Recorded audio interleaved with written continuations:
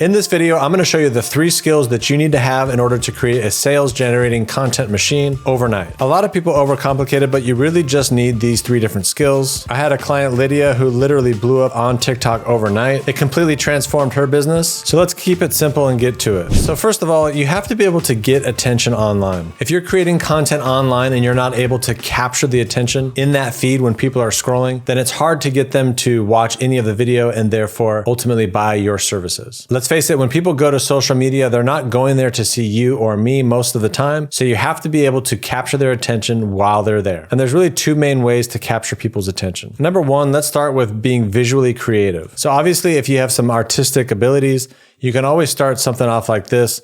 This is going to create interest and mystery. What is this person doing? What is this going to look like when they're done? But of course, if you're a professional like me, or you're a coach, a consultant, a professional firm, someone that's selling expertise, you might not be an artist. And so how is it that you are going to be able to create attention in the feed? So again, in this case, we're still talking about how can you be visually creative. So again, we'll use Lydia as an example here. If you notice when the video starts, she just quickly moves her hand in front of the video to capture attention. It's just a quick motion that she does in the video to stand out and to create some movement that's going to capture the eye. Now, there really are an endless number of things that you can do to visually capture someone's attention. But if you're anything like me, it might be hard to constantly come up with visually creative things or movements that are supposed to capture someone's attention. So there are other ways to do it. But if you are artistic or you have that ability to move the camera around in a unique way, go ahead and do it. It's going to definitely help. But as professionals, one of the biggest things we can do is to have a strong hook. Just like if you look back at the beginning of this video, go ahead and watch it. I said, I'm going to give you the 3 skills that you need to create a sales generating machine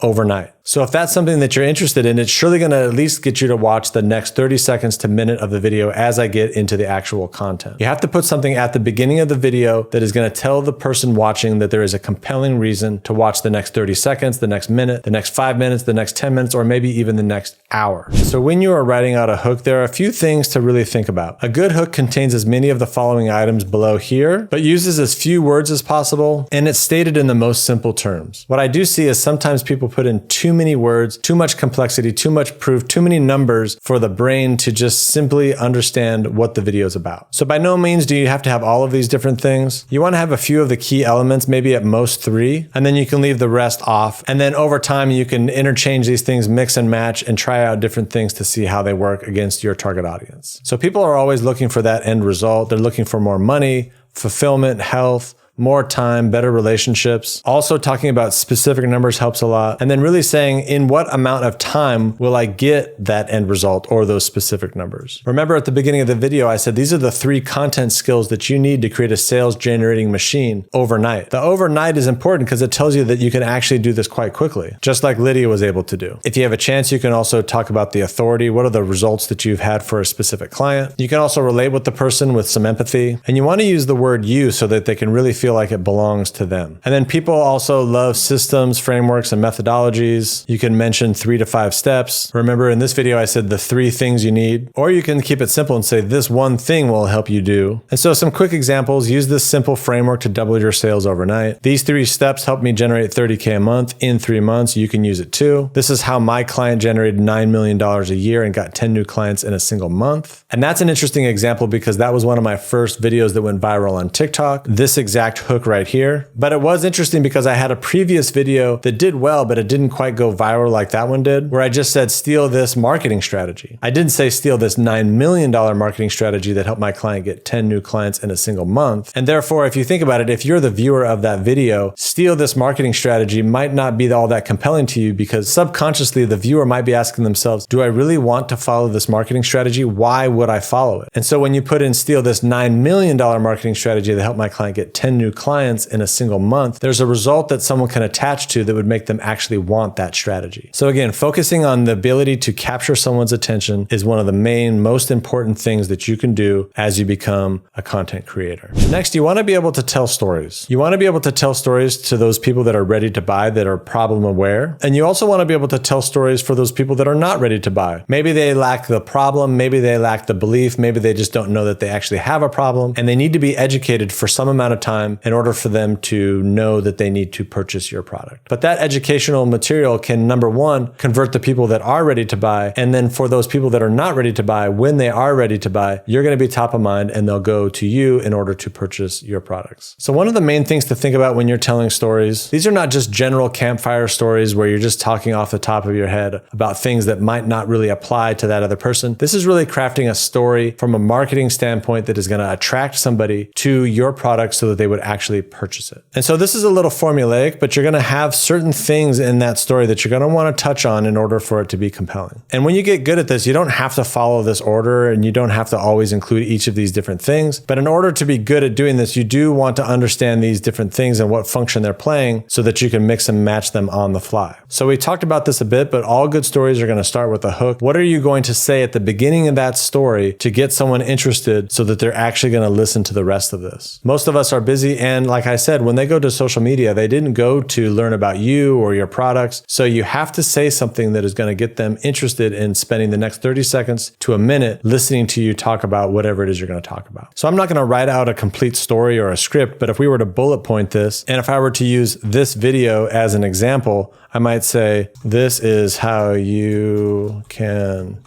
create sales overnight with 3 content skills. So obviously I might work with this and make it more concise, basically to what I did here. But just to start to give you the idea of what this will look like, I'm going to leave it as is. And then you're really going to want to focus in on the problem that that person might be experiencing right now. So I might say, I know content is hard and can be overwhelming. And then I want to touch on the fact that I've been there too, using some empathy, relating to that person. Then I'm also using some authority to show that I've been someone that went through that process and helped myself or helped other people through that journey. I might say it really shouldn't be that way. I get it. I used to be completely scared of video, had no idea where to start. Now I've created thousands of videos, grown a business, and helped clients do the same. So you can see here that I'm really capturing people's interest in something they care about, relating to their problem, and using empathy and authority to relate with that person and also prove that I'm somebody that they should actually listen to. Then and only then is someone really going to care about that process, because if you haven't related to something that they want, if you haven't touched on the pain, and if you haven't proven that they can relate to you and that you have expertise in this, why would they really care about your process? First, I learned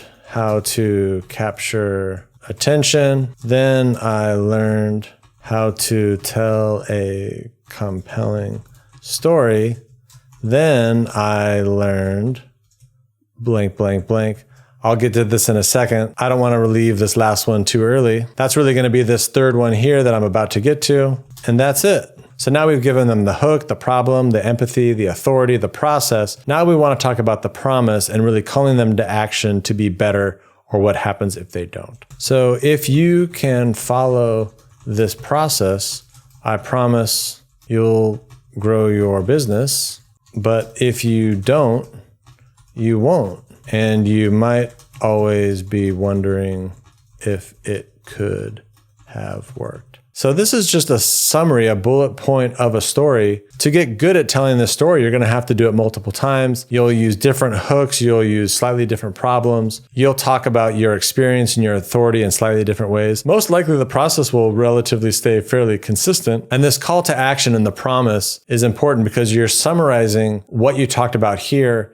You're promising them the growth that they want and really kind of reminding them that if they don't do it, it's not going to work for them, and that they might always be wondering what would happen if they had done it. And this is really going to hint at that possible regret if they don't take action and finally resolve this issue that they want to ultimately resolve. So that's obviously going to take some practice, but now you have a general framework on how to tell those stories and how to make them compelling. So the last thing, and probably the most important thing, is consistency. Because in the beginning, you're going to lack some creativity. You're going to lack that perfect hook in order to catch someone's interest. And you also might not have that storytelling ability. You might not have the right stories. You might not have figured out what are the stories that I do need to tell to really capture someone's attention, make those that are ready to buy actually buy, and make those that are not ready to buy. How do you change their opinion? How do you change a belief over time so that they will be willing to buy? And when they are, they come to you. And it's quite interesting because if you can't capture attention and if you can't tell a story, if you keep showing up, people will continue to see you and they might give you a chance, regardless of those other two deficiencies, in giving you some time in learning more about you. They might just say, wow, I've seen this person so many times. What is it that that person has to say? They might stop and actually listen. And one of the best ways that I have found to be consistent is, number one, you have to believe that all of this works, and you also have to make a commitment. But then if you have those two things, you really have to develop a concept of how you're going to record these videos that is sustainable, so that as you start to do it, you don't burn out, you have fun with it, you have some vision and you have some purpose behind it. You have a why of why you're doing these different things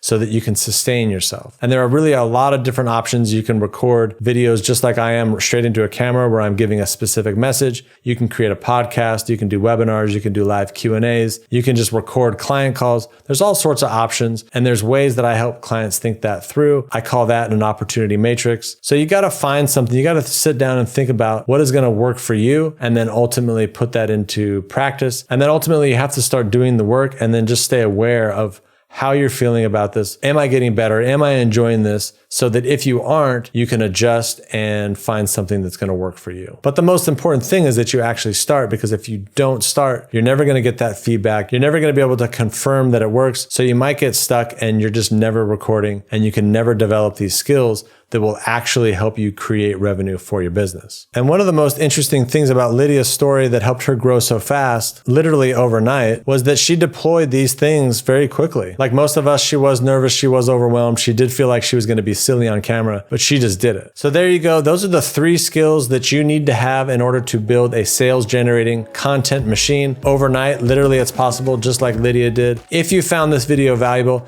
make sure to check out the next video. I go in depth on how you can create an endless number of content ideas. I show you a framework that's super simple to use. Check out that video. Looking forward to seeing you there, and I will see you on that next video.